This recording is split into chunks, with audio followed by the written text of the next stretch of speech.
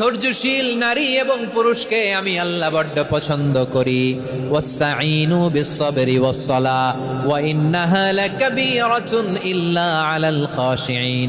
আল্লাহ বলে যখন বিপদে পড়বা সালাত এবং সবর দিয়ে আমার কাছে সাহায্য চাইবা। বিপদ আসলেই রাহমাতাল লিল আলামিন জায়নামাজে দাঁড়ায় যেতেন। আমরা বিপদ আসলে কি করি? হাই হুতাশ, ফেসবুকে স্ট্যাটাস দেই, ঠিক কিনা? ফেসবুকে শেয়ার দেই। বিপদ আসলে বন্ধুর সাথে শেয়ার দেওয়ার আগে, নিজের স্ত্রীর সাথে শেয়ার দেওয়ার আগে, ফেসবুকে শেয়ার দেওয়ার আগে শেয়ার করবো কার সাথে?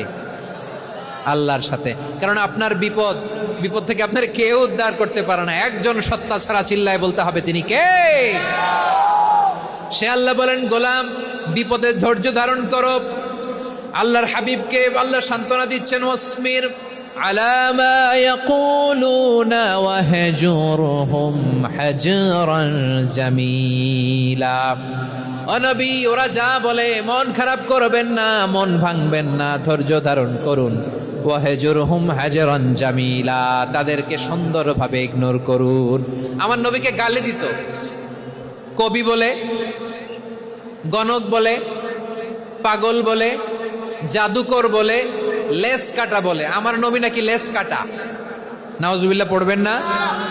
আমার নবী নাকি নির্বংশ, ওনার বংশ নাকি দুনিয়াতে টিকবে না। বলে মুহাম্মদ, তোমার কোনো ছেলে সন্তান বেঁচে নাই, তোমার বংশ নির্বংশ হবে। আল্লাহ বলে ইন্না শানিয়াকা হুয়াল আবতার।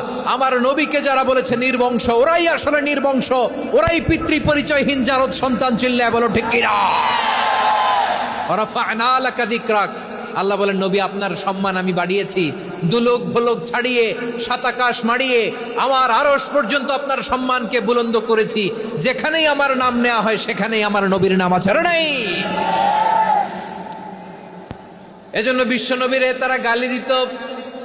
বিশ্বনবী যেন গালি শুনে মন খারাপ না করে, আল্লাহ বলেন, নবী ওয়াসবির আলা মা ইয়াকুলুন, ওরা যা বলে বলুক, আপনি মন খারাপ করবেন না।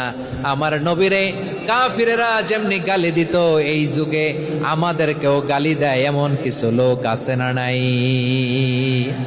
আমার নবীকে গালি দিত গণক, জাদুকর, এরপর গালি দিত পাগল, নির্বংশ বলে। আর আমাদেরকে গালি দেয় মৌলবাদী বলে, আমাদেরকে গালি দেয় রাজাকার বলে। রাজাকার শব্দটা তো এখন একটা অ্যাওয়ার্ড হয়ে গেছে, অ্যাওয়ার্ড। রাজাকার রাজাকার গালি দেওয়ার দিন শেষ। কি দিন আসলো, সুবহানাল্লাহ কইবেন না? আল্লাহ তো আমাদেরকে দেখাইছে। রাজাকার শব্দটা এখন একটা অ্যাওয়ার্ড হয়ে গেছে। সুবহানাল্লাহ, সুবহানাল্লাহ। পরিস্থিতি পাল্টে দিতে আল্লাহর সময় লাগে না। চিল্লায় বলেন ঠিক কিনা?